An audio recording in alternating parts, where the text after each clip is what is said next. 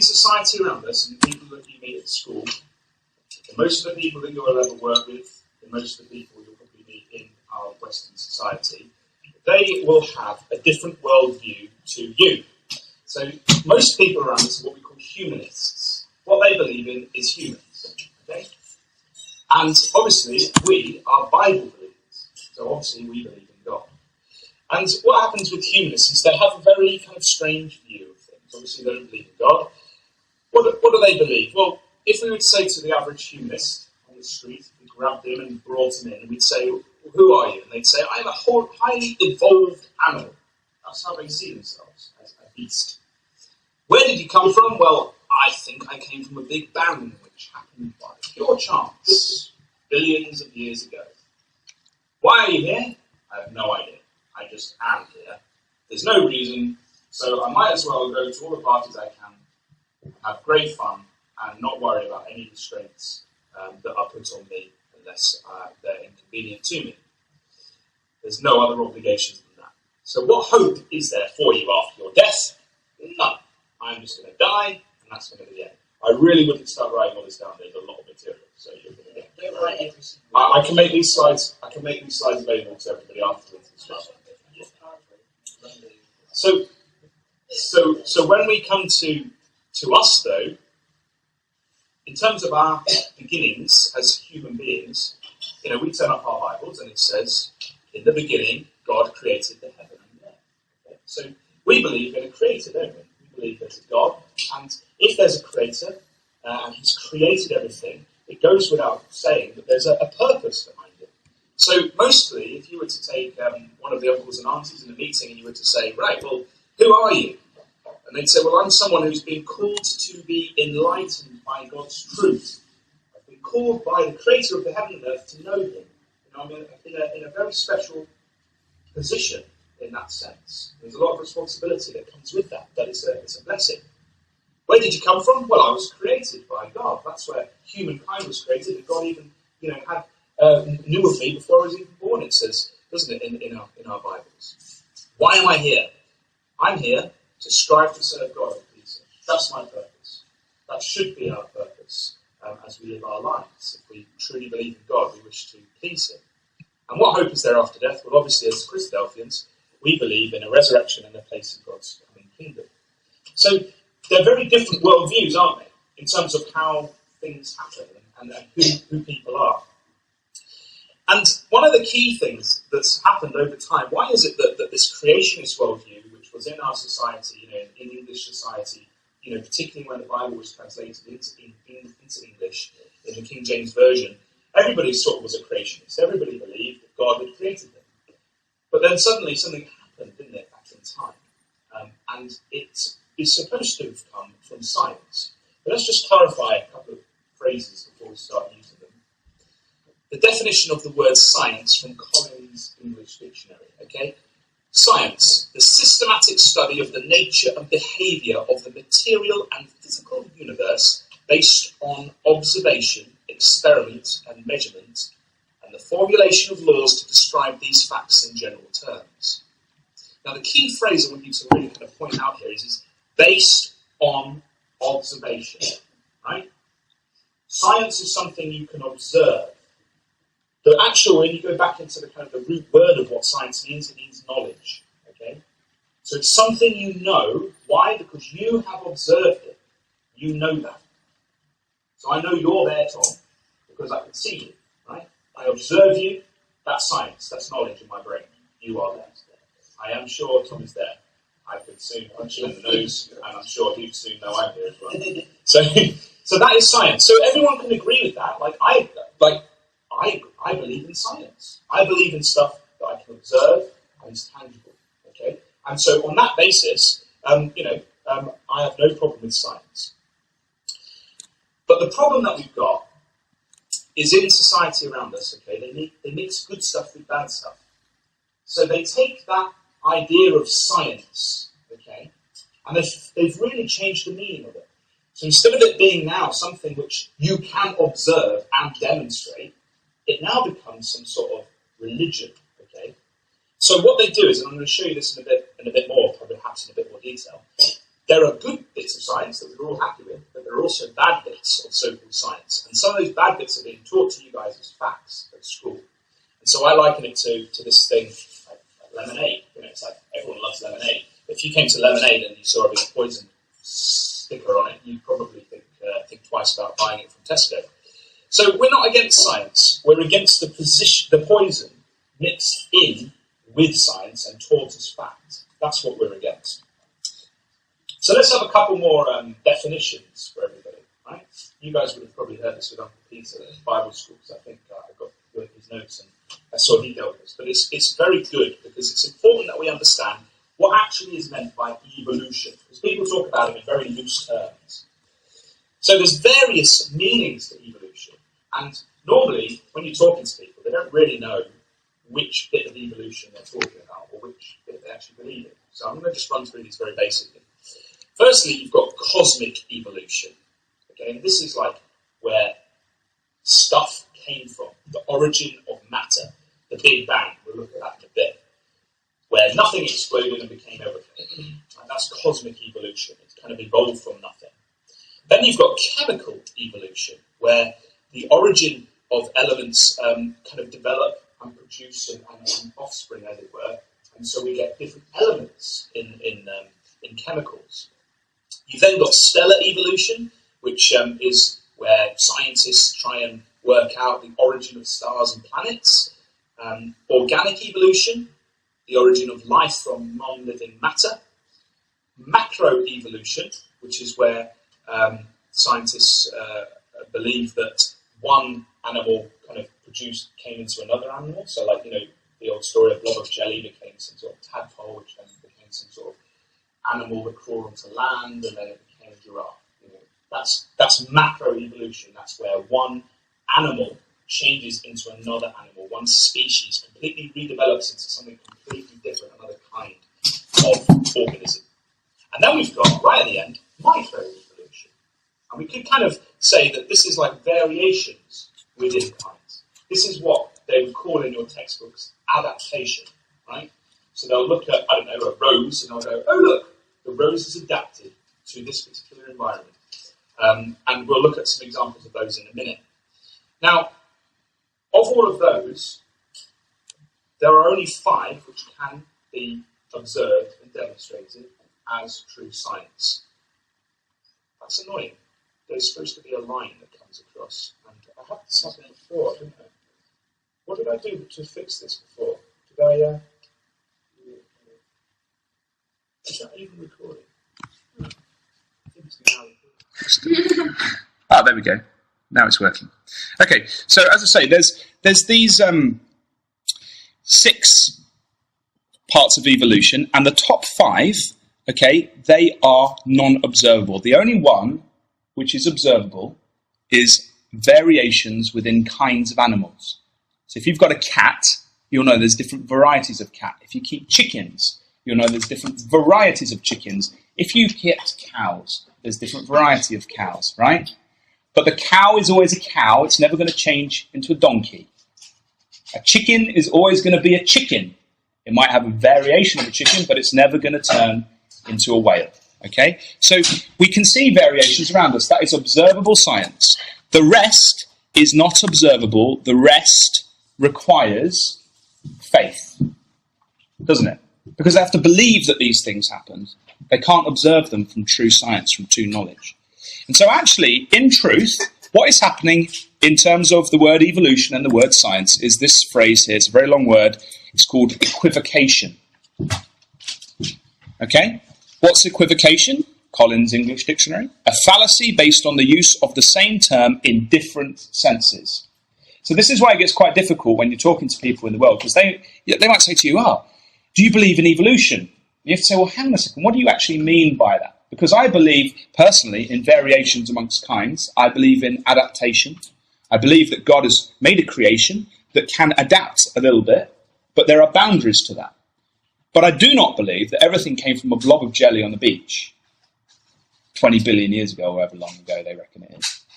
I do not believe that. So we have to make sure that we're using the right words. I believe in science. I believe in observable things that can be proved. I don't believe in the religion that goes with it. Equivocation. In the last, Do you want me to go back? in different senses.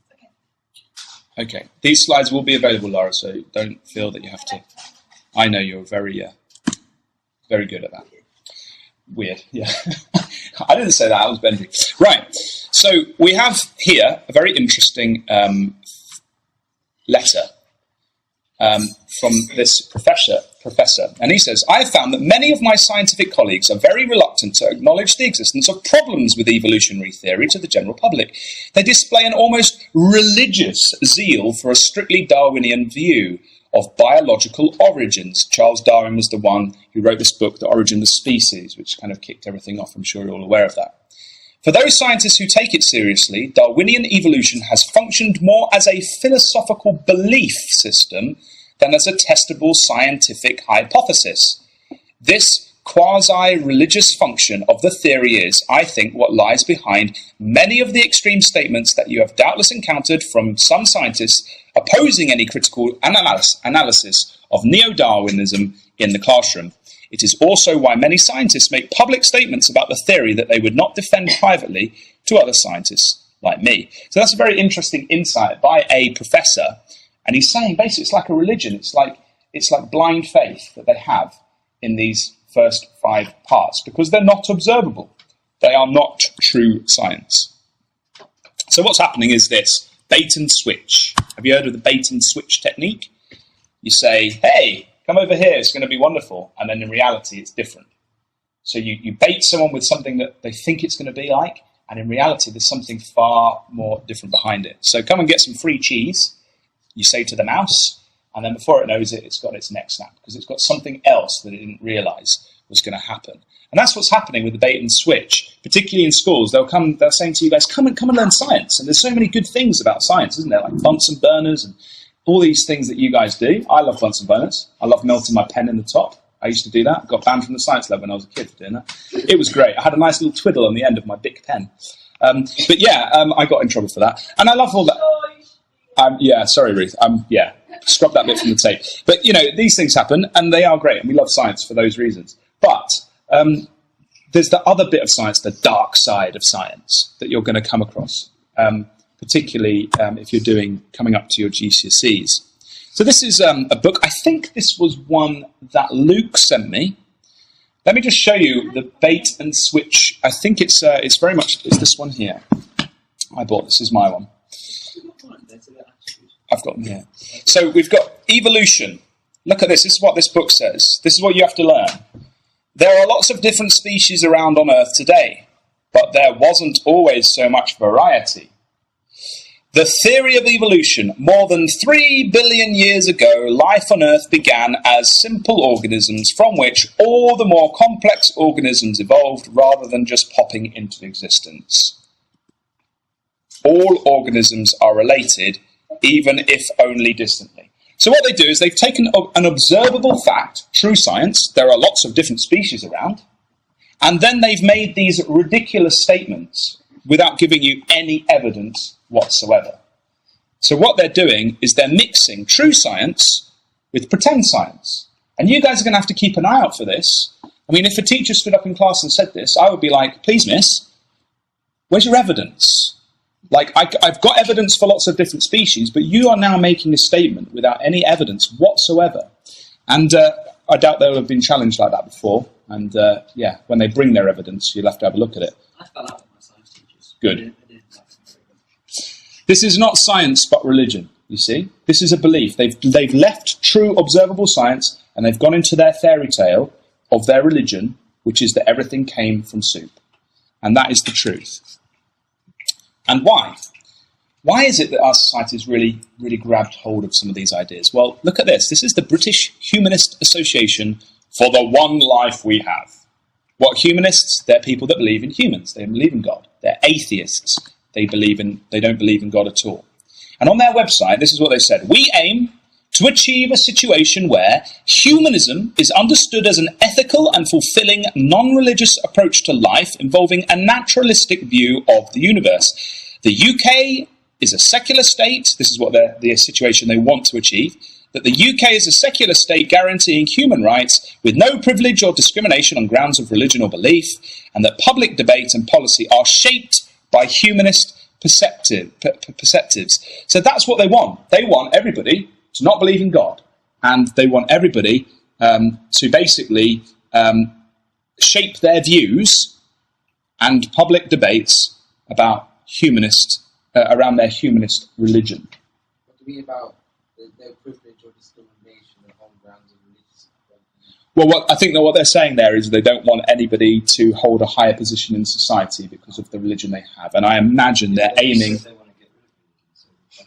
Yeah, it's hilarious. They basically hate it, but I think what they're getting at there is they don't want... there's bishops, isn't there, in the House of Lords, and I don't think they like that. They're sort of saying, you're religious. We don't mind if you're religious, but just don't. Yeah, just don't talk about it. Don't debate with us. What does the Bible say about this humanism? The fool hath said in his heart, there is no God. So how does God see the humanist society? A bunch of fools. That is the truth of it. How should we see humanists around us? As fools. We want to save them. We want to get them baptized. We want to bring them to the meeting so they learn the gospel. But the truth of the matter is a lot of the people out there, according to the Bible, are foolish. Okay? So we need to bear that in mind when we're going around listening to even our teachers at school. The fool hath said in his heart, there is no God. So that's a verse to bear in mind. Now look at this. This is where it gets very interesting and very dangerous. The Humanist Society again. Humanist Association, sorry. Over the course of the 21st century, the British Humanist Association has led the campaign in support of evolution being added to the primary national curriculum and in opposition to creationism being taught in state schools. In September 2011, the BHA coordinated the Teach Evolution, Not Creationism campaign. This campaign has been very successful. As a result of our efforts, evolution has been added to the draft primary national curriculum in England, while free schools now have to teach evolution but are precluded from teaching pseudoscience. Now, the point is here, there's a lot of long words there, but the point is they've said, we're humanists, we don't believe in God, we want to teach evolution. And that has now come in. So we know Uncle Simon and Uncle Mark in our meeting have been very against this, have been actively involved in trying to warn the Brotherhood about it. And so now in year 6, what's that? That's age 10, isn't it? That's age 10, is that about right? 10, 11? They have to learn this. Why is the British Humanist Society so interested in that? Richard Dawkins said, my personal feeling is that understanding evolution led me to atheism. In other words, they want everyone to become atheists and humanists like them. That's their religion. So that's why they're pushing it. And so this is what's been pushed through. It's now not, I don't think it's even in the draft now, it's in the real one that started in September. What year are you in, Annie? 7. What year are you in? 6. So you may have just escaped this, but this is what's coming up for the next generation. Peter in our meeting, he'll be learning all this stuff, and people like him. So pupils should be taught to, and notice what they're doing again, they're mixing humanist ideology with true science. They should recognise that living things have changed over time and that fossils provide information about living things that inhabited the earth millions of years ago. No evidence whatsoever. Recognise that living things produce offspring of the same kind, true, but normally offspring vary and are not identical to their parents. Identify how animals and plants are adapted to suit their environment in different ways, and that adaptation may lead to evolution. That's what the kids are going to have to be taught. They have to come out of their lessons recognising those things. And if the teacher doesn't done that, then the teacher is rubbish. So this is the problem that we've got in our society. The people we're preaching to, the people we're talking to, they've taken these things and they obviously believe them as fact. But what does the theory of evolution actually say about origins? What actual evidence is there? And how does it work? So let me just explain to everybody, because I think it's worth just clarifying this. And then we'll look at some of the so-called evidence for all of this stuff as best as I can. Now, obviously, as you all know, I'm not a scientist, right? So I do not pretend to be like some sort of intelligent person in regards to this. I've just read up quite a lot of books about it. If I've got anything wrong, I apologise, and I'm more than happy to take anything out if anyone finds it's completely incorrect. And I'm also happy to discuss anything if someone wants to go through anything. But here's the timeline. Let me just finish this first of all. This is what the evolutionist believes, okay? So this varies. They're not sure exactly when this Big Bang thing happened, right? Some people say, 13 billion years ago. Some say 20. So I put the biggest one on because, it's more extreme. So I pop that in. And then what they believe is over time, so the Big Bang happened, kaboom, nothing exploded and became everything. And then the Earth was floating around like a rock. And then there was kind of water and rain and lightning and stuff. And the rain rained on the rock. And then it became soup. And then the soup came alive. And then man formed out of the soup eventually. So basically, primordial soup. That's what they believe. So basically what they believe, in effect, is great granddad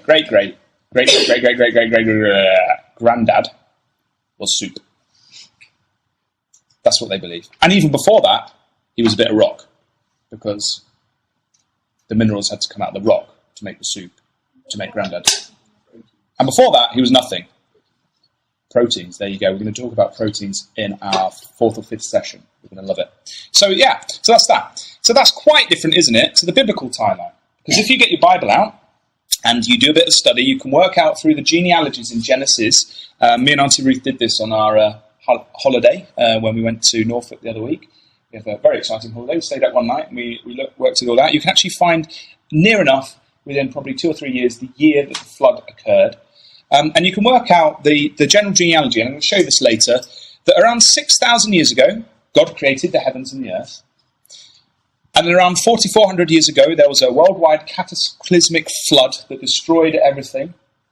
And then 2,000 years ago, there was Jesus, and then there's us. So that's very, very different, isn't it, in terms of time. This one is obviously not to scale. The two are not to scale. This would be ridiculously long, the top line, if I was trying to do it to scale. And what it is the evolutionist needs billions of years in order to justify his belief, because he can't observe it now. So the explanation is, it must have taken a long time. They used to say it was a lot longer. Sure, they said it's like It keeps increasing. Yeah, but they realised there had to be more chance. Yeah, more years. Basically, yeah, whenever they think, it's not really going to work, they think, okay, what's our solution? Well, let's add a few billion years. Oh, yeah, that more now makes sense. So that's what they do. Anyway, this is Bite Size. Who recommended Bite Size? Was it you, Luke? I said to Luke, Luke, where do they tell you to go to get all your knowledge from for your GCSEs? Luke said, go to Bite Size. And is that right? Is that where you're all being told to go to? It is rubbish, but check out what it's teaching all the little kids. The theory of the Big Bang. The theory states that originally all the matter in the universe was concentrated into a single, incredibly tiny point. Wow. This began to enlarge rapidly in a hot explosion and is still expanding today.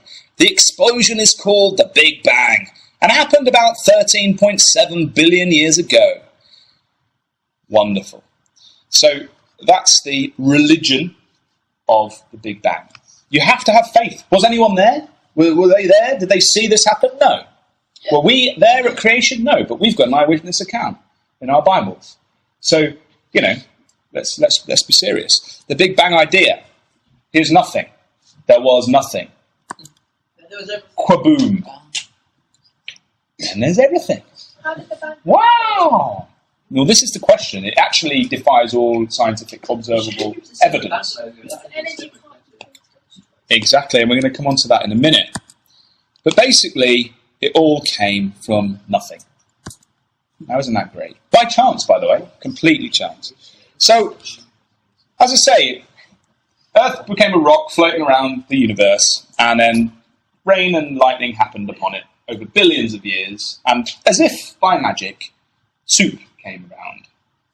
And then, after the soup, came man. And what happens is the way that they believe that it works is that the soup grew into a tree, right? So this is how they illustrate it. So you've probably seen these. Is it called homeology?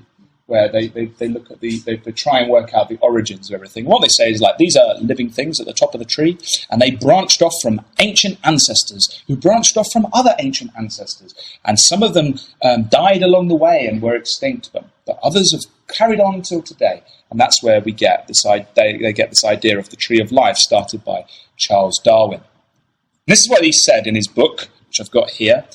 He said, "As many more individuals of each species are born than can possibly survive, and as consequently there is a frequently reoccurring struggle for existence, it follows that any being, if it vary, however slightly, in any manner profitable to itself, under the complex and sometimes varying conditions of life, will have a better chance of surviving, and thus be naturally selected. From the strong principle of inheritance, any selected variety will tend to propagate its new and modified form."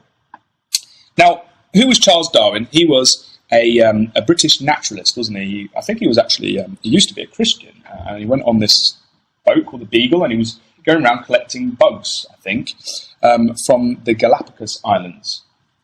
And he happened to be observing various things, and he observed all these finches. There were lots of different varieties, and he came back and he developed this theory that, wow, why are all these different varieties? Maybe if there's one variety that's has bigger beak, it'll be more beneficial to that species, and the other ones might die out, and that one might survive. And so maybe that's how life kind of adapted and grew over time. It was naturally selected. Isn't that wonderful? There's a massive problem with natural selection, and I'm going to come on to that in a minute. This is what's hilarious. Why did that idea become so popular? Well, this is in that science book that Luke sent me. Not everyone agreed with Darwin, it says. Oh, the silly people. How could they not agree with Darwin? Why did these stupid people not agree with Darwin? It went against common religious belief about how life on Earth developed. It was the first plausible explanation for our own existence without the need of a creator God. That's in the science books. They're actually saying the silly people, they resisted Darwin's ideas because it went against the fact that there was a God. And so now, of course, we don't believe there is a God, so what's the point in even examining, from a logical scientific perspective, whether Charles Darwin had anything tangible to say?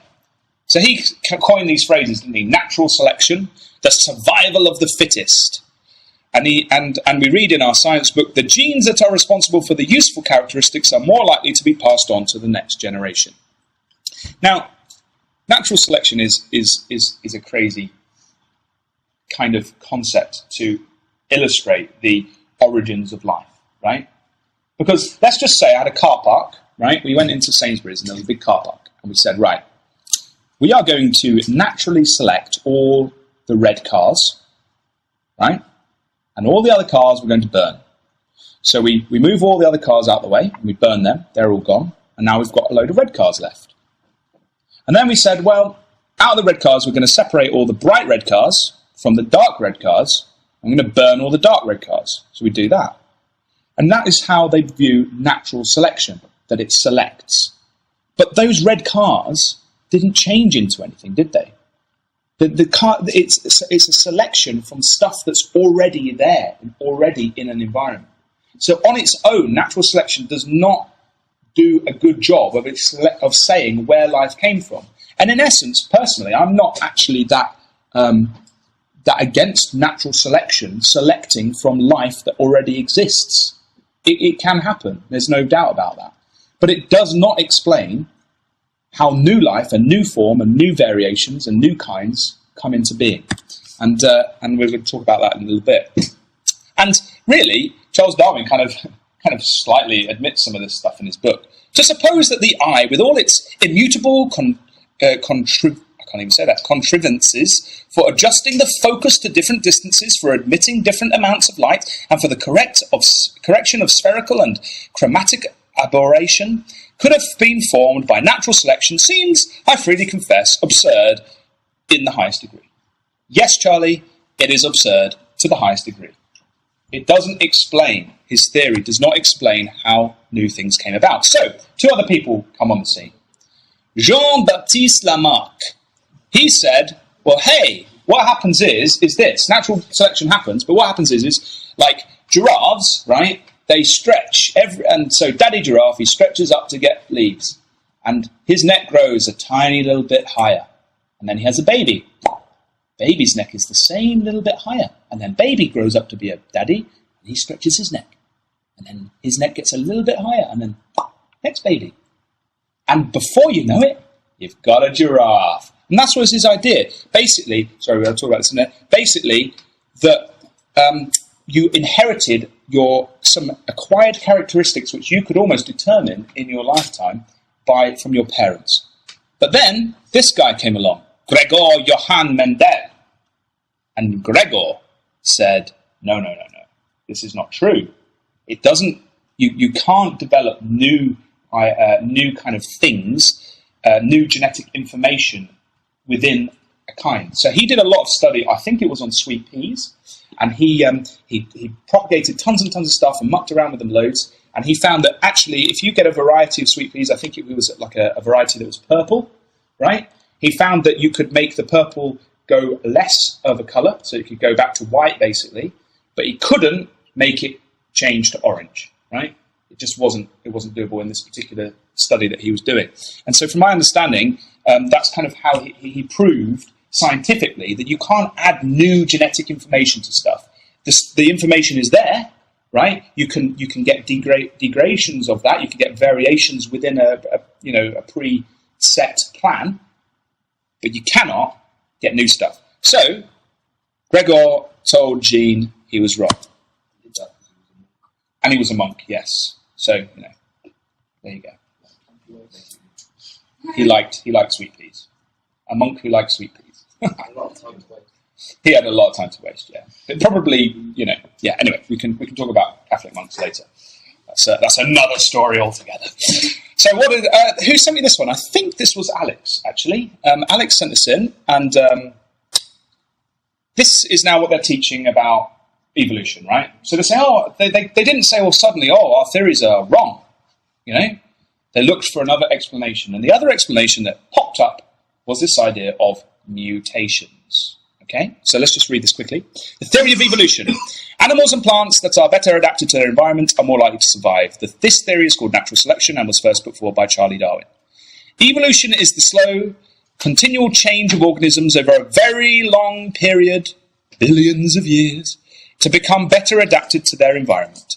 These changes arise, and look at this, through mutations. They couldn't have it so that it was a natural thing that occurred anymore. It had to be just sporadic, by chance mutations in DNA.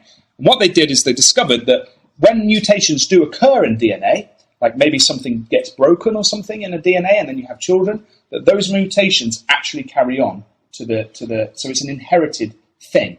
So they're like, hey, this must be how everybody grew legs and fingers and arms. It's a bit of a stretch.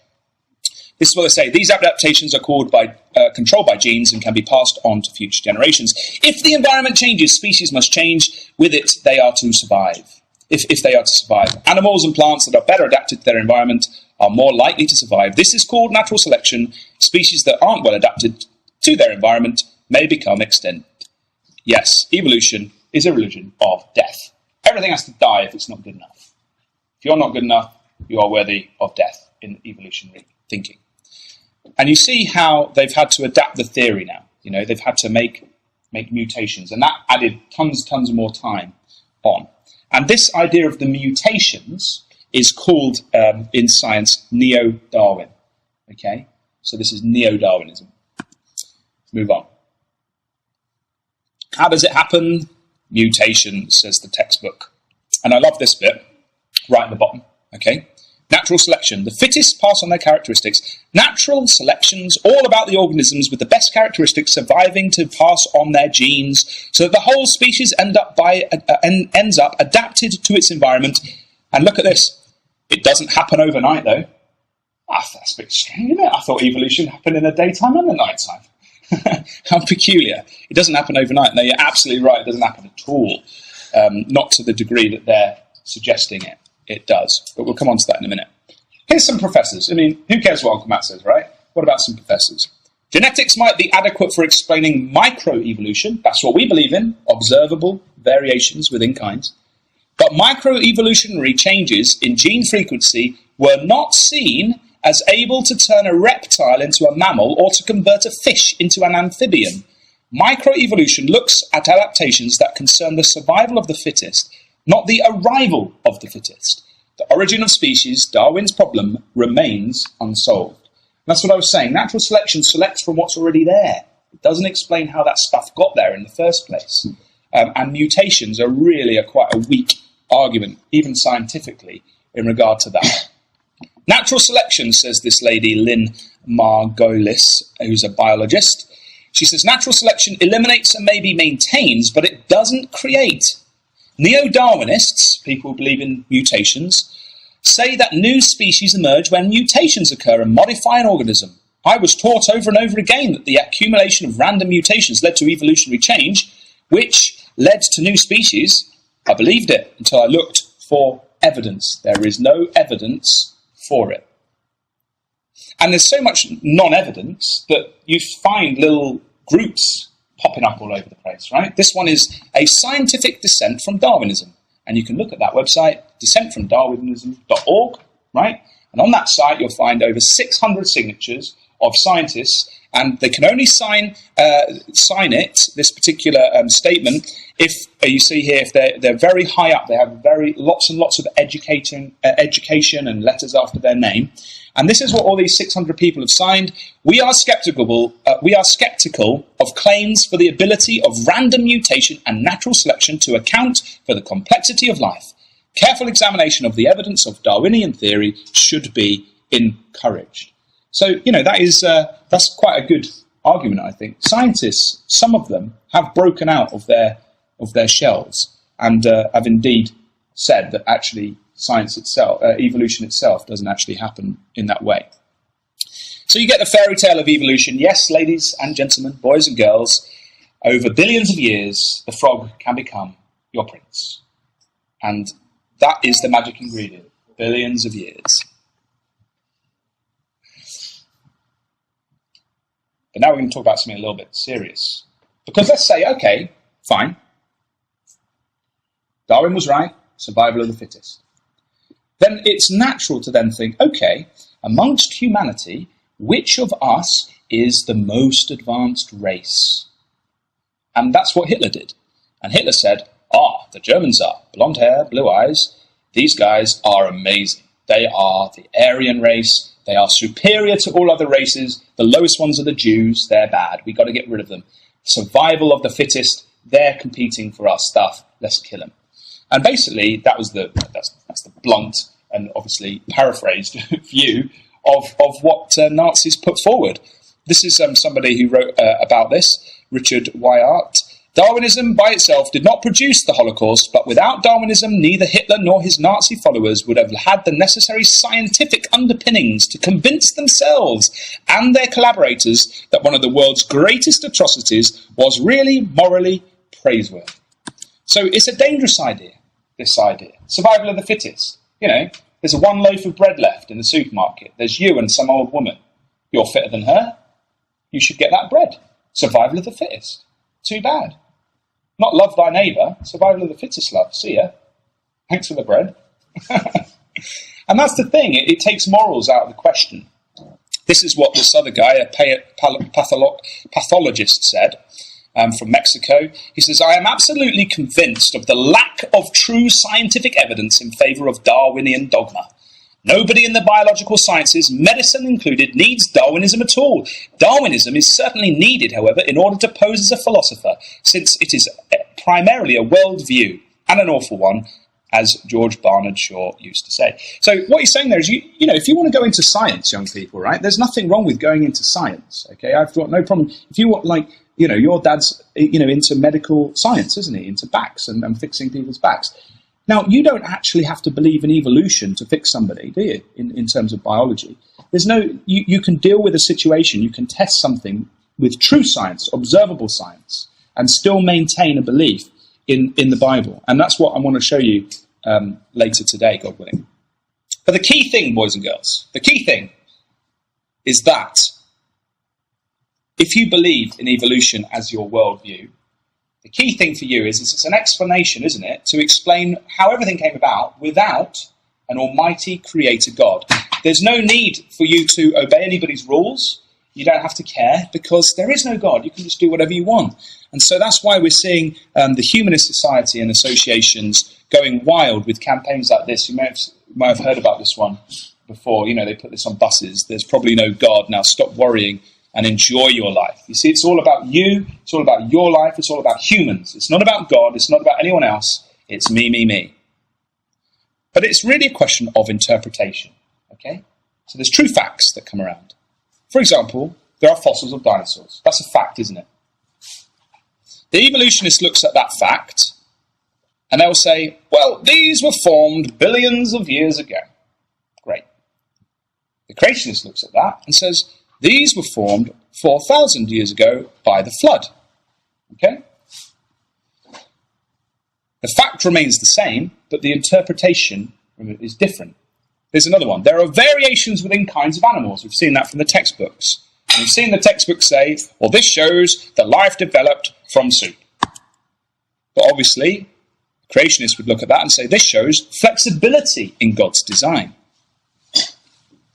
And as a general rule, the reason for why the things are so different is that the facts are interpreted mainly based on people's worldview. So if you happen to believe that there is no God, or you don't want to choose to believe there is a God, then you look for another explanation, and then every time you come across a fact, you'll try and find something to base your worldview on.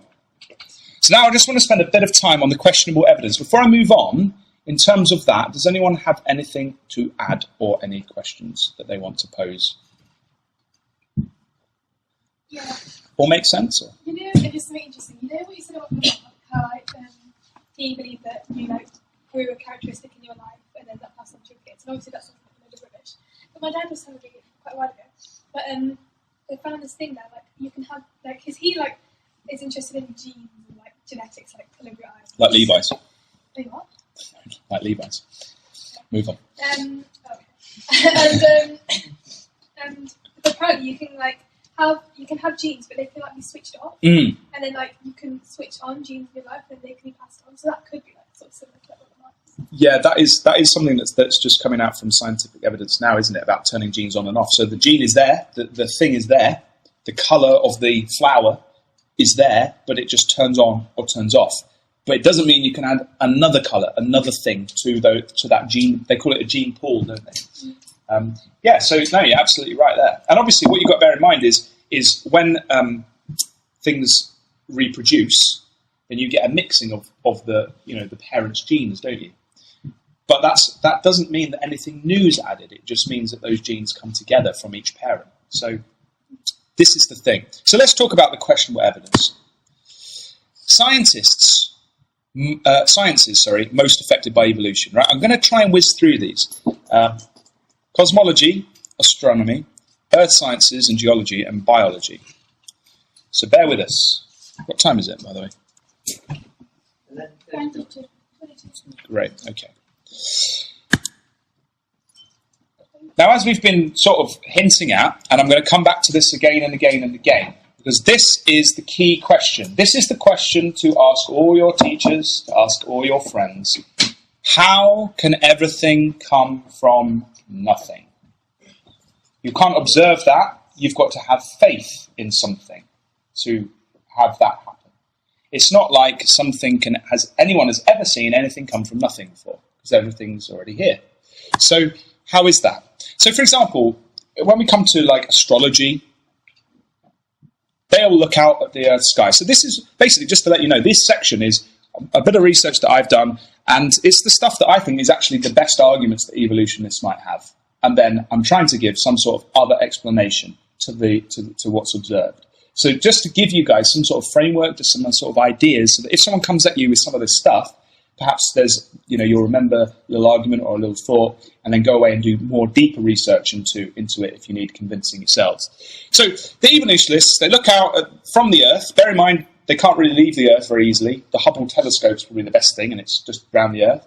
and look out at the universe, and they find a tiny bit of the universe, and they say, we see the stars form in the present from clouds of dust and gas in space.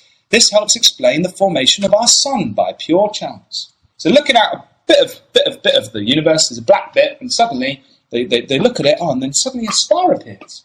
And it looks like it appears from some dust. And they're like, wow, that star must have just formed. But there are some assumptions with this. Firstly, a lot of their measuring stuff, they assume the age of the star, which is known based on today's accepted ideas and millions of years of stellar evolution. They also assume a lot that the dust that they see as the star appears, surrounding the star, had a role in the star's formation. No one's actually been there. No one's actually seen it. They've just seen some dust and then a star. Bing. And they think that the dust made the star, but maybe the dust didn't make the star. And they also assume that there's another explanation. There is no other explanation for a star that we have not seen before suddenly become visible. But I think there are other explanations. For example, the star may have been hidden by the dust, and suddenly the dust moves, and there's the star. But because it's so far away, no one can actually check some of these very obvious things. And there are a lot of scientists, creation scientists, who have a lot of questions about these things. So there's another argument about the universe. Okay, so they say if the universe or even the stars are only 6,000 years old, then there would not be sufficient time for distant starlight to reach Earth. And some of the most distant stars that they can see that have shone light to the Earth are apparently 13 billion light years away. Okay, so they'll say, oh, a load of rubbish if you even can contemplate that. But again, we have some assumptions, don't we? That the speed of light has always been constant. And they talk a lot about the red shift. You guys deal with all this stuff probably in your science lessons. The red shift. It sounds very, very cool. I can't be bothered to read it all out, but basically when they look at light, they... well, actually, I better have just... because you guys probably haven't done this. So let me just try and read this out. This is from Bite Size. Our sun contains helium. We know this because there are black lines in the spectrum of the light from the sun, where helium has absorbed light. These lines form the absorption spectrum for helium. When we look at the spectrum of a distant star, the absorption spectrum is there, but the pattern of lines has moved toward the red end of the spectrum, as you can see below. So that's the measurement from our sun, and there's a pattern of lines. And they know that that's kind of absorption from helium. And then they look at a distant star, and it's got exactly the same pattern, but they've shifted the black lines, and they're now towards the red. And so they call that red shift.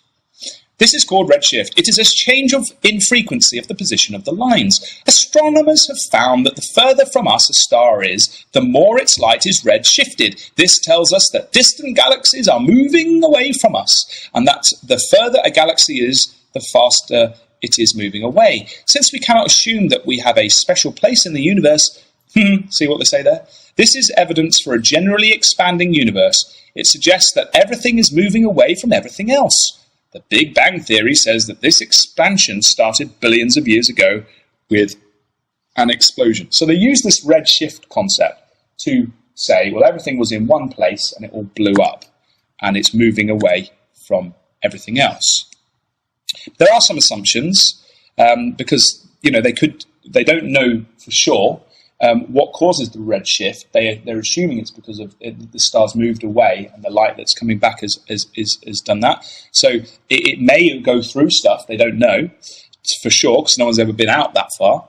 And they assume that the light shifts at a constant rate as things are getting further and further away. So furthest away, the shift will be bigger than something nearer. But no one's ever been out that far. We're talking absolutely billions and billions of light years away. No one can actually get there. So we're just observing and making observations. And then there's ARP. I like that name, ARP. Holton ARP was an astrophysicist. Okay? He wrote this, or collected from the Hubble telescope, an atlas of peculiar galaxies, he called it, in 1966. And with this, he documented related quasars. These are like objects or light sources that are, really, really far away. which had different red shifts. Okay? But one of the weird things was that he found, okay, that there were two things out in far space, right, that were connected by this kind of little tail. And so they're obviously kind of together in an area of space. And yet, they both had different red shifts, right? And that's the sort of thing that he documented in his Atlas of Peculiar Galaxies. And so this John Gribben was reviewing this, and he said, if a galaxy and a quasar are physically connected but have different red shifts, something definitely is wrong. ARP has enough evidence that we ought to be worrying more people than actually acknowledge the significance of his findings. So what they're saying is they don't really know what's going on with this redshift stuff. It's just a way of trying to justify their religion of having a Big Bang billions and billions of years ago. Look at this. This is from New Scientist magazine. Why do distant galaxies seem to age at the same rate as those closer to us when Big Bang theory predicts that time should appear to slow down at greater distances from Earth? No one can yet answer this new question. Time waits for no quasar, even though it should. New Scientist. There are problems. And even if they did prove that everything was kind of stretching out over the universe, is that a problem for us? Does that prove evolution? Not for us, because we read in our Bible that God stretched out the heavens. And so, God is stretching the heavens out. There's not a problem for us, with that at all.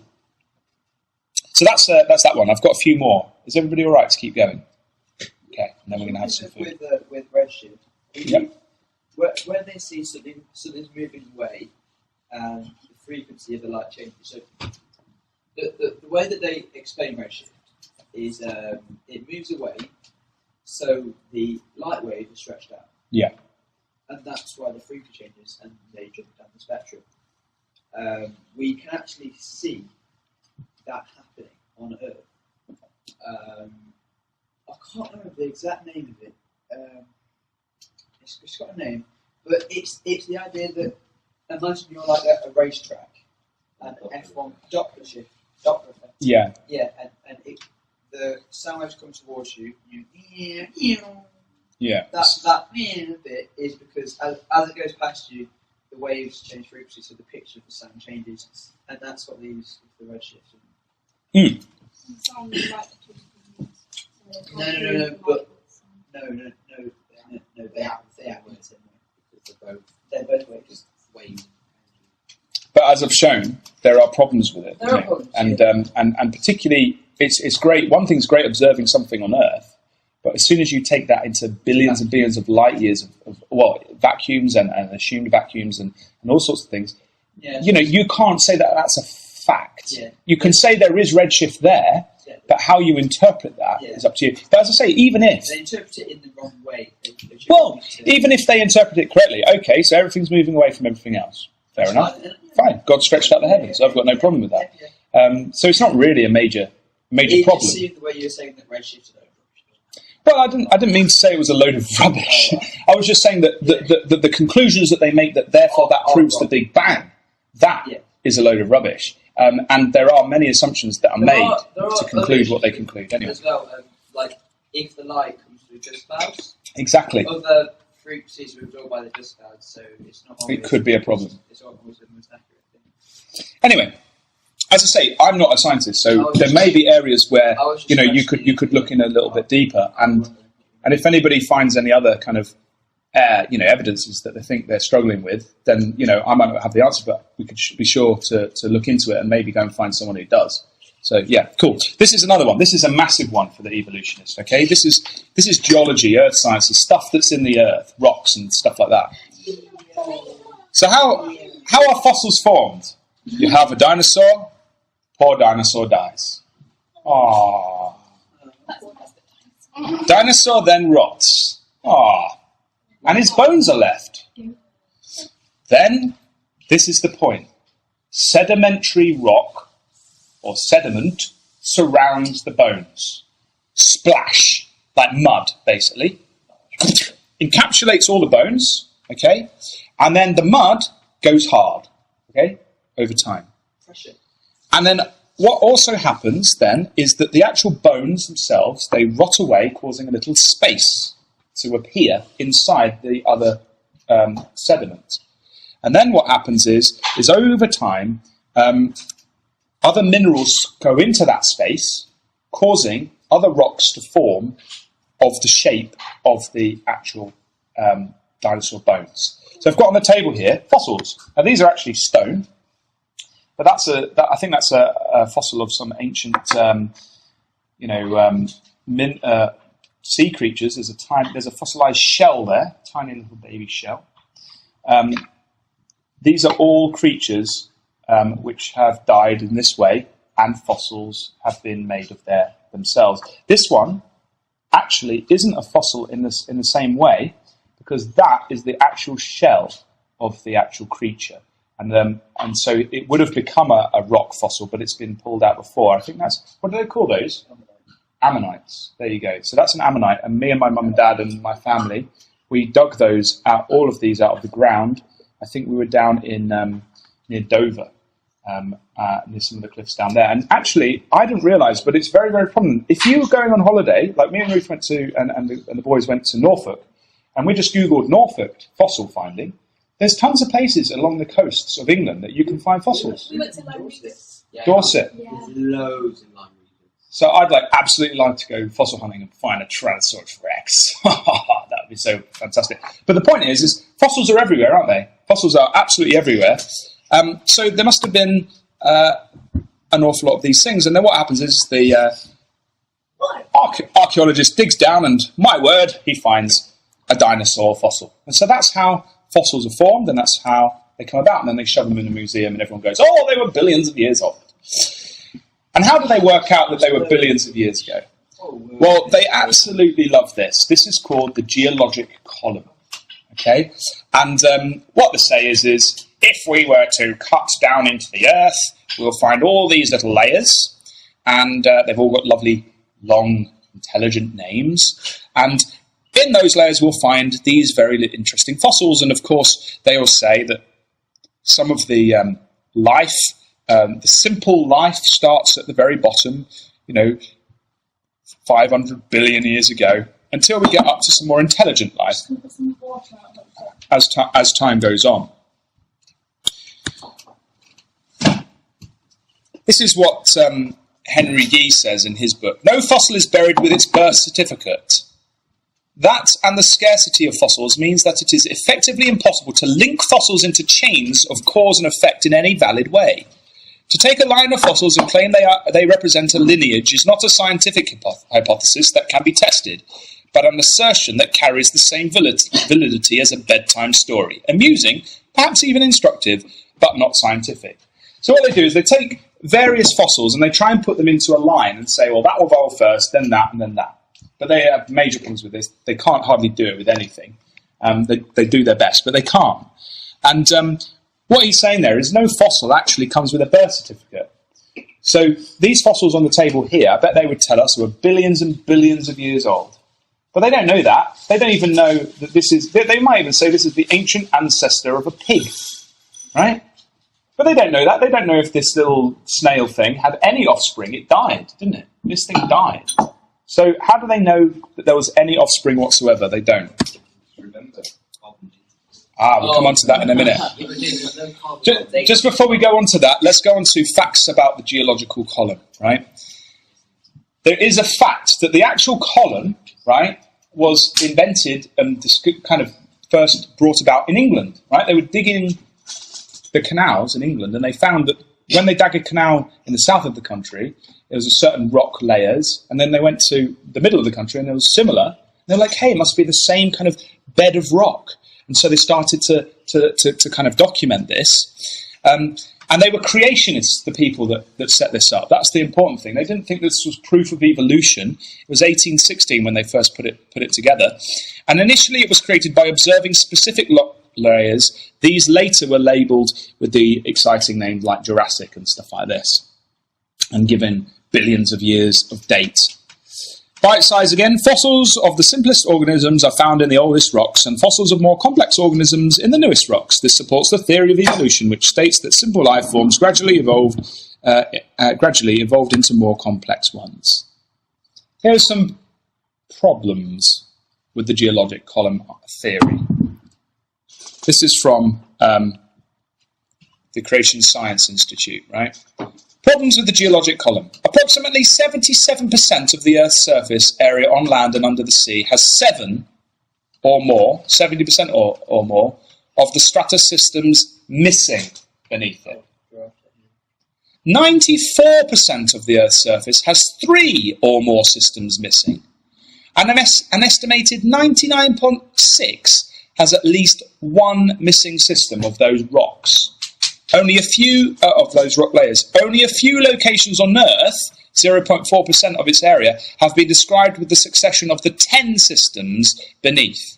So what they're saying is all these different systems that they very carefully labelled and stuff, they only exist in a very few places, right? The rest of them are all jumbled up, and some only have 2 or 3 and other layers in between, and it gets very, very confusing. This is not a timeline. You can't really come to it and think it's a timeline. This is another guy, a geologist, John Woodmore-Rapp. He said 80 to 85% of Earth's land surface does not have even 3 geologic periods appearing in correct consecutive order. It becomes an overall exercise of gargantuan special pleading and imagination for the evolutionary uniformium paradigm to maintain that there ever were geologic periods. You can't prove anything with the geologic column. And one of the major proofs against this nonsense, that these layers built up over billions and billions and billions of years, is something called polystrat fossils. And these are fossils that go through various layers. And I love them. I'd love to get one and put it in my front room because I think they're fantastic. Polystrat fossil, a fossil of a single organism, such as a tree trunk that extends through more than one geologic stratum. So they found these. There's loads in America. This is in Nova Scotia. So you see all the layers. These layers are supposed to have taken billions and billions of years to collate and form into rock, and yet going through them all, there is a tree. And even a bit of tree root as well, there, going right down there. Yeah. And there's some more. These are all from the same sort of area in Nova Scotia, over the pond. And then we find some very interesting kinds of fossils. Check out this fossil, okay? This is a fish, you're absolutely right. 10 marks, top of the class. They're called coelacanth fossils, right, of this fish. And they were dated, and they found them in this stratum and of the geologic column, and they said, these date back to the Devonian period, 360 to 408 million years ago. Yes, boys and girls, this is a fish. And unfortunately, it became extinct, they said at the time, or maybe it evolved into something else. Great. Well, it didn't. Because they actually found one in 1938. They're massive, these things. They're absolutely huge. They're like a metre or so, a metre and a half across. They're really big fish. They found them really low down. So I think someone caught one. Can you imagine? They're like, oh. And check out this one. This is the sort of thing that you read of. So instead of thinking, well, hang on a second, right? This fossil is so many billions of years or millions of years old, and there's a one alive, and it hasn't changed in millions and millions of years. Instead of thinking maybe our theory is wrong, no, this is what they now say, these people in society. This is from the Independent. This is only from the other day, the 5th of July, okay? The living fossil coelacanth fish left behind by evolution. And this is one of the things I think is hilarious. They put that picture there, one of the few species to have hardly changed in tens of millions of years. Yes, it hasn't changed in tens of millions of years. Do you know why? Because evolution is not true. And therefore, it won't have changed. Isn't that interesting? Yet, for some reason, they won't rethink their theology. Why? Because we don't want to believe in God. We don't want to have to obey the rules. There are other, fossils don't necessarily have to take billions of years to form, or millions of years. There's plenty of evidence to show that fossils have formed around, rocks have formed around in sedimentary areas around the world. That's like, for example, a clock, that the rock was forming around the clock. So therefore, hard rock, can form quite quickly in the right conditions. And actually, fossils are all evidence, really, for rapid catastrophic burial. These are some of my favourites, right? Here's one here. The fish is having lunch, and suddenly the mud must have gone whoosh. And while the food is still in its mouth, it's now in rock, and it must have been like, what am I going to do now? And the other one was like, what's happened? And then they died together, which was, there you go, wouldn't like to be in then. Look at this one here, the wing of a dragonfly, okay? That has to have happened so quickly that the wing of a dragonfly was perfectly capsulated. This is a really cool one. This is a velociraptor fighting a Proteratops, and they were buried whilst in this fight. That is so cool. Now, the evolutionists say, a sand dune collapsed and caught them there. Well, yeah, fair enough. It was so sudden, it must have just been like, whash, you know.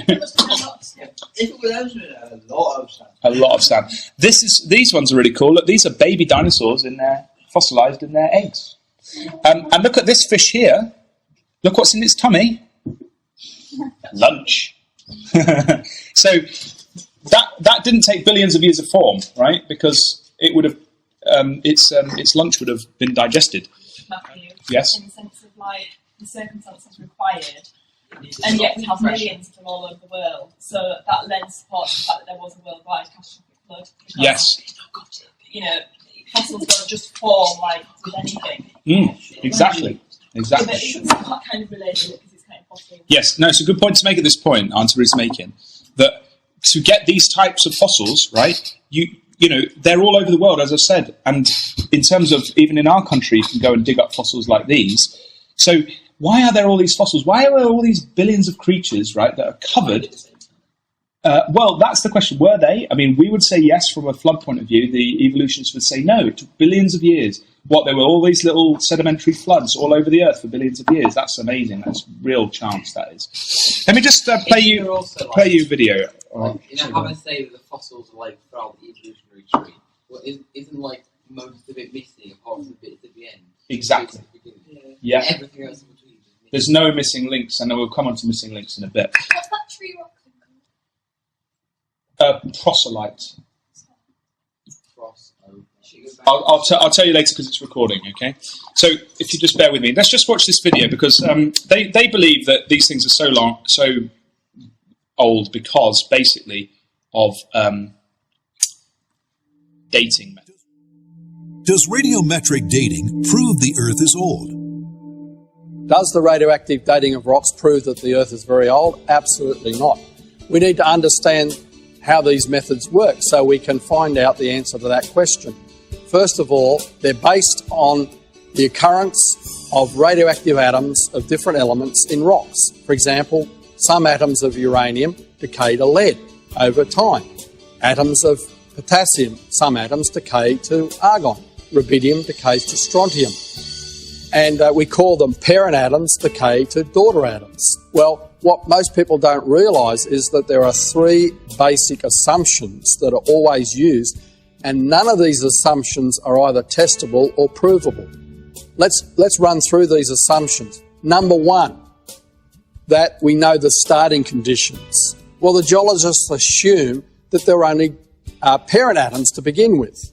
Well, if there were some daughters, they think of ways to measure that and figure it out. But really, we don't know because we weren't there to know exactly what the starting conditions were. Number two, they have to assume that all the daughter atoms we measure today have been derived by radioactive decay of the parent atoms in the rock. But how do we know? What about contamination? What if groundwater flowed through the rocks in the past, adding or subtracting some of the parent or daughter atoms? So that's another problem. And the third assumption is that the rate of decay has always been constant. In other words, we measure how quickly uranium decays to lead today, potassium to argon, and then the geologists have assumed that that's the decay rate back into the past. So because uranium decays very slowly, they assume it's always decayed very slowly. Now, that again is not testable because we weren't there in the past to see whether the clocks have always ticked at the same rate. And geologists don't always admit to these problems and recognise them. Now, I was involved in a major research project and we found several lines of evidence that led us to the conclusion that the decay rates were much more rapid in the past, that they were accelerated, and therefore the clocks tick so much faster that the millions of years ages telescope right down to short young ages. And so, for example, we took rock samples from the same samples from the same rock layers and subjected them to several of the dating methods all at once. And we got different results for the different dating methods. Now, how could that be? Well, we discovered, as we did with several other lines of evidence, that the best explanation, indeed the only explanation, is that the decay rates were faster in the past. So that while the potassium-argon clock ticked through 516 million years, the rubidium-strontium clock ticked through 1111 million years. And so if the decay rate hasn't been constant in the past, that means the clocks are wrong, and therefore we can't trust these radioactive dating methods. But the interesting thing is, the methods still give the similar relative ages. In other words, rocks down the bottom of the geologic record give older ages than rocks at the top. And that's exactly what we'd expect during the flood. The rocks laid down early in the flood should give you older ages than the rocks at the top at the end of the flood. So whichever way we look at it, radioactive dating, while it's inaccurate, there may yet be a way of using it to confirm what we always knew from our starting point we have of God's Word. So that was a geologist from Answers in Genesis, which is a very good website to bookmark at some point, because a lot of the questions that you might have, you can find on that site with an answer by somebody who's actually a scientist. So it doesn't prove anything. There's obviously problems with carbon-14 dating as well. I haven't gone into all of that stuff because I am not a scientist. Uncle Patrick Nelson did a good talk at our meeting, I think it was last year, all about the problems with that. Basically, they all assume various things: starting conditions, there's a constant decay rate, and the history of the actual thing itself. So there's other things that you can do. Some great arguments that they come up with. This is one, the ice layers argument. So they drill into the ice, they find all this stuff. And what they say is that, you see you've got these dark and light areas. They'll say that that's a year. So where you've got light, dark, that's 1 year, light, dark, another year, and so on and so forth. And so it's a fact that there are thousands of layers in ice. The evolutionists will say these are annual rings caused by snow melting, causing black line, and refreezing in winter snow packs causing the white line. But the creationists would say this does not represent years, just warm and cold, and these things could happen in 1 year, but we weren't there back in time. So the problem that we've got is that what happens is they add up all these lines and they come to hundreds of thousands. But there are assumptions that the accumulation rate of the ice has not varied greatly over the past, and that each dark and light layer does actually represent a year.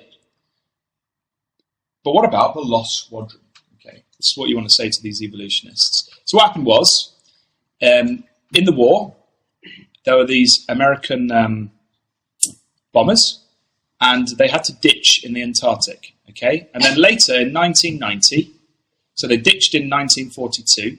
In 1990, someone decided to go dig down and get these pristine condition bombs. Right? They ran out of fuel, had to ditch. So they dug down and they found them 263 feet under the ice. So the ice had accumulated in 48 years, 263 feet above them. Okay, and they had to dig through hundreds of layers of ice. So these light and dark ideas don't quite work, in terms of each layer being a year, because there were hundreds of them.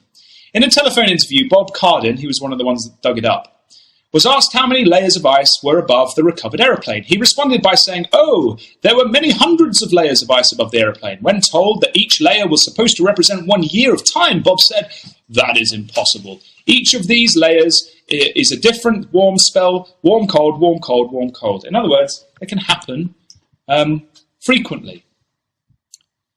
And they were found under 263 feet of ice, which, as we say, accumulated in 48 years. This equals 5.5 feet per year. The Greenland ice sheet averages almost 4,000 feet thick. If we were to assume that the ice sheet had been accumulating at this rate since its beginning, it would take less than 1,000 years for it to form, and the recent creation model might seem to be vindicated. Adding calculations to equate for compression of ice over time, and then the ice sheet would be more about 6,000 years old at this rate. So actually, ice is a good evidence for creation. Here's another argument that they've got. And as I say, these are some of the best arguments, so I just want to mention a few of these things. They drill into trees, and they count how many rings are in the trees. It's called dendrochronology. And there are some facts about this. This is from Wikipedia. The record holders for individual non-clonal trees. Clonal is like where you've got a root system and then a tree pops up and then it dies, but the roots stay alive, and then another tree pops up and it just kind of grows like this all over the place. The record holders for this, for individual trees, may be the Great Basin bristletone pine trees from California and Nevada in the United States. Through tree ring cross-referencing, they have been shown to be around 5,000 years old. Right? They can date other ones with carbon-14, but we all know carbon-14 is a terrible dating method. So that's one of them. And, if you looked 5,000 years old, you'd probably look a bit like that. So they don't really have much against that, really, because, well, that actually fits with the creationist model. Considering that the immediate post-flood world would have been wetter with less contrasting seasons, many extra growth rings would have been produced in the bristletone pines, even though extra rings are not produced today because of the seasonal extremes. Taking this into account would bring the age of the oldest bristletone pine into the post-flood era. So there are explanations as to why some of these things might happen. There's some assumptions that these prove evolution, that the tree has always continued to grow at its constant rate, and that carbon-14 is accurate.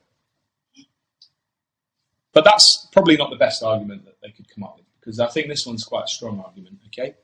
That a clonal colony can survive for much longer than an individual tree. A colony of 47,000 quaking aspen trees, nicknamed Pando, covering 106 acres in the Fish Lake National Forest of the United States, is considered one of the oldest and largest organisms in the world. It's one organism. It covers 106 acres. The colony has been estimated to be, and the key word there is estimated, 80,000 years old. Although ring samples date individual above-ground trees at only an average of about 130 years. So they're all one tree? That's all one organism. Pando, the world's oldest organism. It's doing pretty well. But is it 80,000 years old? Because if it's 80,000 years old, then creation is wrong, and some other explanation must be brought around. Here's some evidence I've found against it, because they assume that, don't they? No one was there when no one planted the seed. So how do they estimate that size? Because they look at the growth it's making now, and then they calculate that backwards.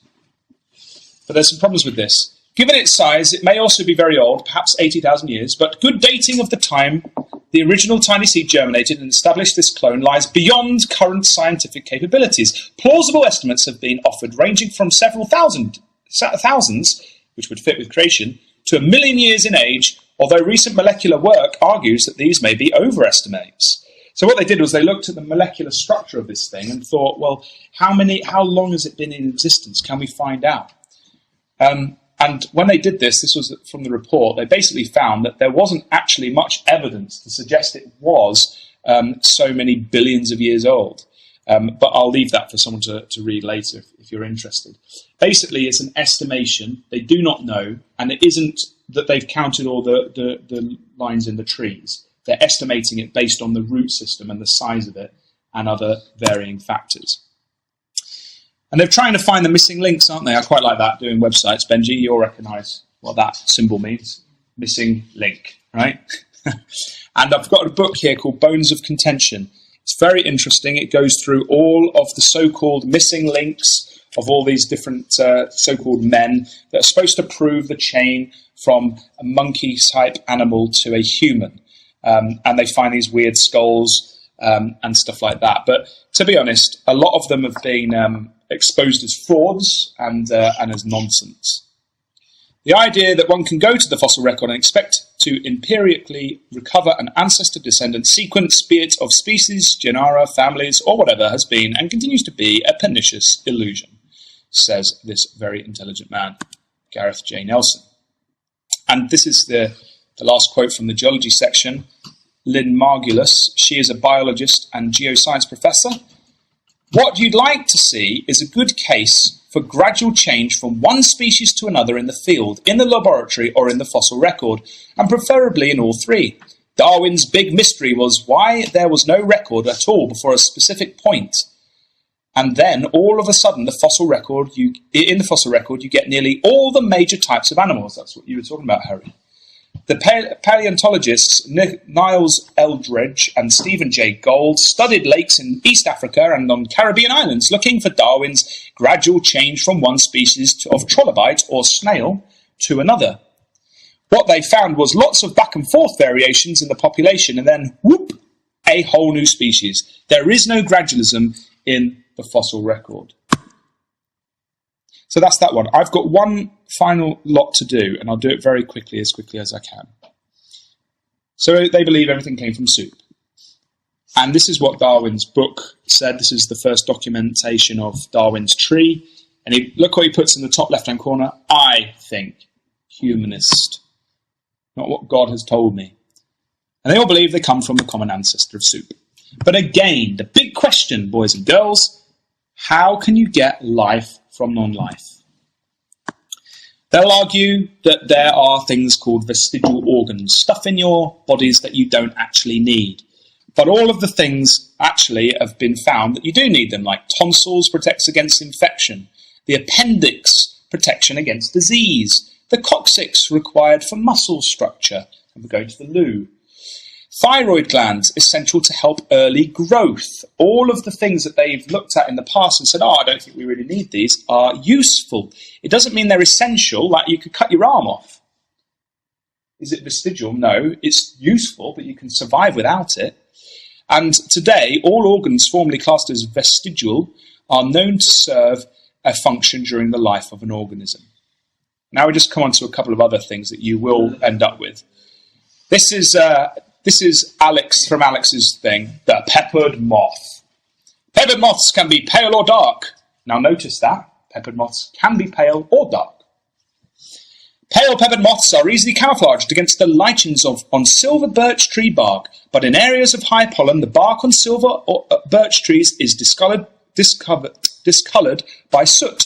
In these areas, the rarer, darker speckled varieties of the peppered moth are more common than the pale varieties. This is because the pale peppered moths show up against the sooty bark, whereas the darker peppered moths are camouflaged, so they're able to survive and breed in greater numbers. It explains many observations in nature, like the peppered moth.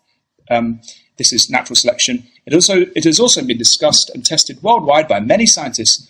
Although the theory of natural selection explains many observations, it doesn't prove the explanation correct. You're absolutely right there.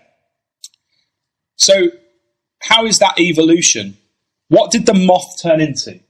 The moth was a moth. So what they did was they looked at the supposed populations of white moths and black moths, and when they found there was loads of soot on the trees, surprise, surprise, the white moths were fewer.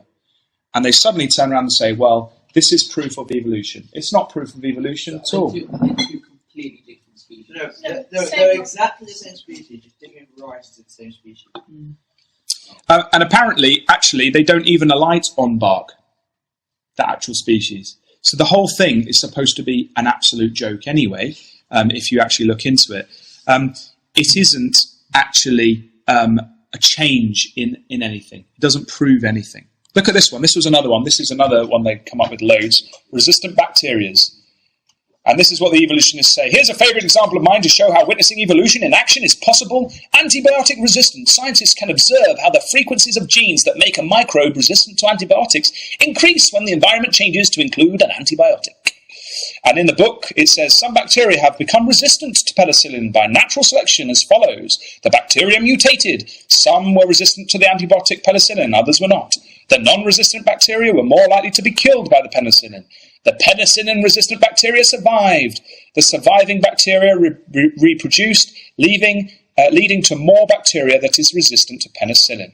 This is why doctors are reluctant to prescribe antibiotics unless they're absolutely necessary. Yes, boys and girls, evolution. The bacteria is turning into bacteria. Now, that's good, isn't it? That's real evolution. Bacteria becomes bacteria. It's still bacteria. And what they don't tell you is that this so-called mutation in this small thing is actually a loss of information, not a gain. It's not like it's suddenly thought, oh, I must build a shell around me so that I am now resistant to bacteria. Let me just try and explain this. We read from James Perloff. For example, to destroy a bacterium, the antibiotic, I knew I'd get in trouble with some of these words, streptomycin, attaches to a part of the bacterial cell called ribosomes. So let's just make that absolutely clear. To destroy bacteria, the antibiotic has to attach to it using ribosomes. Mutations sometimes cause a structural deformity in ribosomes. Since the antibiotic cannot connect with the misshapen ribosome, the bacterium is resistant. But even though this mutation turns out to be beneficial, it still constitutes a loss of genetic information, not a gain. No evolution has taken place. The bacteria are not stronger. In fact, under normal conditions, with no antibiotic present, they are weaker with their non-mutated cousins. So this is how it works. There's a normal bacteria. We can send an antibiotic and it can latch into it because it's got the right thing to attach to. And then there's a mutated, damaged bacteria. And it's just damaged. So the antibiotic can't get to it. But fortunately for the bacteria that's damaged in this way, it becomes resistant to the antibiotic. But it's actually damaged. It's not actually very good. It's like, I heard one creation scientist explain it like this. Like, imagine you're in a traffic jam and the police stop you. And everybody gets out their cars and they're arresting everybody in this traffic jam. And there's a man there and he's got no arms. So they can't arrest him. So he goes free. Well, that's great. He's mutated to have no arms. So he can't be latched onto. But it doesn't mean it's a benefit to him in all circumstances. It just means in that one circumstance, it's a slight benefit to him. And that's the same with these so-called mutating, evolving. Good question. With his mouth. With his mouth. There you go. Thank you, Harry. There's always an explanation if you look hard enough. I just want to just to point out, I won't read this whole thing, but basically at the end it says, the main point, this is James Perloff again, the main point is that evolution cannot be achieved by mutations of this sort. No matter how many of them there are, evolution cannot be built on accumulating mutations that only degrade... there we go, yeah. There's another quote there. Throughout 150 years of science of bacteriology, there is no evidence that one species of bacteria has changed into another. Since there is no evidence for species change between the simplest forms of unicellular life, it is not surprising that there is no evidence for evolution from other bacterial life, let alone throughout the whole array of higher multicellular organisms. Now, I think this is another video.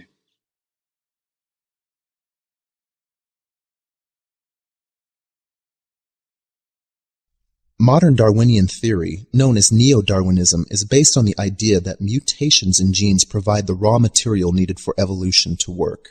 Darwin's theory requires a source of new variations. And in modern Darwinian theory, that source is genetic mutation. Well, we know genetic mutation can produce changes in proteins, protein molecules. This is what leads to some cases of antibiotic resistance in bacteria. But evolution involves a lot more than changes in protein molecules. It involves changes in entire organisms, shapes of organisms, what biologists call morphology. One of the best-known examples of a mutation affecting morphology is the four-winged fruit fly. In opening a biology text, one will often see a picture of a four-winged fruit fly. Now, as we know, ordinary fruit flies have only two wings. The four-winged fruit fly has not only its regular set of wings, but a second set of wings just next to that. And the caption or the text will say, this is evidence for the process of evolution, that mutations affect the process of development, and you can get anomalies as interesting as a four-winged fruit fly. gene duplications and rearrangements of genes can indeed produce very sudden genetic changes. They can produce changes that are as dramatic as a fruit fly that suddenly has an extra pair of wings or has an antenna where its eye was supposed to be. And I give those as examples not of evolution, but of the ability of the genetic toolkit to produce very sudden and dramatic changes in an organism's morphology. Well, it turns out that the four-winged fruit fly is actually a very poor example of Darwinian evolution, certainly. There are no muscles attached to it, so the second set of wings is effectively dead. The fly is a hopeless cripple. It's kind of like having a small plane with an extra pair of wings tied to its tail. The fly can only survive in the laboratory, and it would be selected out by natural selection in the wild. So it's not a step forward in evolution. It's an evolutionary dead end. And it turns out that all morphological mutations that we know of are either have no effect on the organism at all, no fitness effect, or they're harmful. We don't know of any that are useful. I think this creates a real paradox for evolution. If you're going to change animal form, you've got to do it in a way that the organism can survive and can pass on those new changes. We don't have examples of these kinds of large-scale changes. It's almost as if the fruit fly says, if you want me to exist at all, I better have 2 eyes, 6 legs, 2 wings, and so on. I better have more or less the normal form. So I thought I'd put that in because the fruit flies is something that comes up from time to time again, these experiments. They didn't show anything beneficial. A couple of facts about mutations. They're very rare. They can produce random effects. They're not helpful. And not once has there ever been recorded an instance of a truly beneficial mutation of that extent. A couple of other quick things. Homology. This is where they look at various creatures and they look at patterns in the biological structure of different creatures. And then they'll say, oh, look, they must have come from a common ancestor. And then they try and work out some sort of tree back in time. And this is why I think this is quite scary. I mean, this is in your textbooks. You know, you've got to look at a whale, a dolphin, and a shark, and try and find out, you know, how they're structured in terms of evolutionary structure. This is the most scariest. Look at this. This is a test exam question from this textbook. And look at question number 2. Look at the section look at this section of an evolutionary tree shown below. A, B, C, D, E, F, G. Which species is the most recent common ancestor? Species F and species G. Would you expect species D to look more similar to species E than species F? Give a reason for your answer. 2 marks. Now, hang on a second. To answer this question, you have to enter and have learned their evolutionary thought process that everything comes from a common ancestor. You know, and I just think this is absolutely outrageous because this is just all theory anyway, but there's no evidence that these trees go back, you know, to the point what they're trying to teach, which is it all goes back to some soup. It may go back. You may have different species that come from 1 or 2 different ancestors, but that's it. Within a kind. You never get anything else. So let's just finish this section and then have some lunch. And while we're having lunch, we're going to watch one of those videos, okay? So we're going to come in here and watch some videos. So first of all, some unanswered questions. Where does matter come from? As you said, how can nothing explode and come into everything? Where do the laws come from? Where's gravity come from? Who made that up? Where did energy come from? No one can answer those questions with evolution.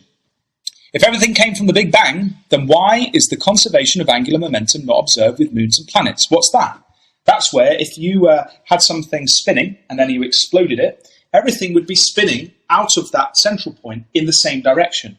You get moons spinning one way, other planets spinning other ways. You get whole galaxies spinning in different directions. So it doesn't actually make sense. And also, how did particles come together if they exploded in a vacuum from a single point? Because actually, if you explode them, they'll just all get further and further away. You're not going to get things kind of getting together and doing and combining. The spin of the Earth, how about some of these, is steadily slowing down. So why wouldn't it have stopped? And why has it not stopped now? And how could life have evolved billions of years ago? So the Earth's spinning at a steady rate, is constantly slowing down. Now that's fine if you go back in time; it would be speeding a little bit faster 6,000 years ago when creation happened. But if, in fact, it was billions of years ago, it'd be spinning so fast that basically everything would be vaporized. And that's the same sort of argument with magnetism. There's a magnet in the Earth in the North and South poles, right? That magnetism is weakening over time. It's fine, creation model, but in the evolutionist model, everything again would have just like zapped to the North or South pole and be vaporized.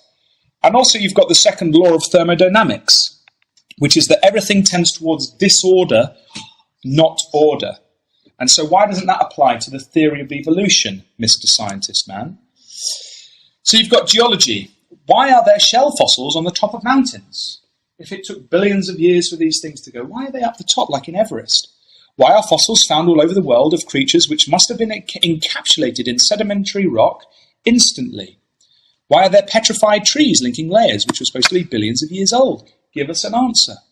And I have actually read somewhere an evolutionist answer to that petrified tree thing was like, basically, well, that bit happened quick. Like, what? So the bit where the trees are, just that bit, that happened really quick. But when there's rock formations and other places, that had to take billions of years, really. So you've got geology.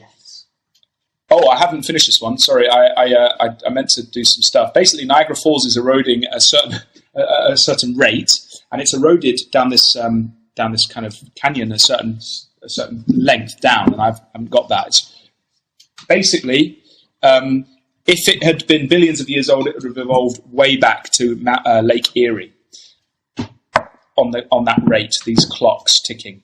Again, coral reefs. If you calculate their current growth and then take it back in time, they can only be at most 3,000, 4,000 years old. And again, we've got no living thing older than 4,500 years, 5,000 years that tree was before that was measured. So why is that? Also, in terms of biology, why are there so many symbiotic relationships? There's so many species that need different species to coexist. So what did they all have to evolve together? That doesn't seem to be answered by evolution. And why are there so many biological systems which are irreducibly complex? And one of the videos I want to show you is this idea of irreducible complexity. That you've got a system that has a few different parts that all have to come together at exactly the right time for exactly one purpose. And each of those little things are no use on their own without coming together for that one process. Why are there so... hang on, there you go. That was the same slide. Why do we have a conscience? Right? Well, how does evolution explain that? Why do you feel bad if you punch someone in the nose? Well, I do anyway. Well, not that I've punched anyone in the nose, but you know what I mean. Why do you have an inherent conscience about things? How can we tell what's right from wrong if we don't have, the Bible to guide us? Why is man's oldest writings only 5,000 years old? Why haven't we got it going back any earlier? Why does current world population growth rates indicate human existence only goes back really to 4,000 or 5,000 years? And again, I'll end with this, the big unanswered question by evolution. How can you get life from non-life? So that's really the end of our consideration. They were the best arguments I could find for evolution. And as I say, there's explanations to them all. And really, when you actually get back to it, there's not really that much strong evidence, I would suggest to you, for this belief that everything came from soup 20 billion years ago. And what we're going to do in our sort of next session after lunch is we're going to get our Bibles out. We're going to look at what the Bible says about creation, and then we're going to look at how we might interpret that in terms of what it might mean to us. So thank you very much, and I'll close there.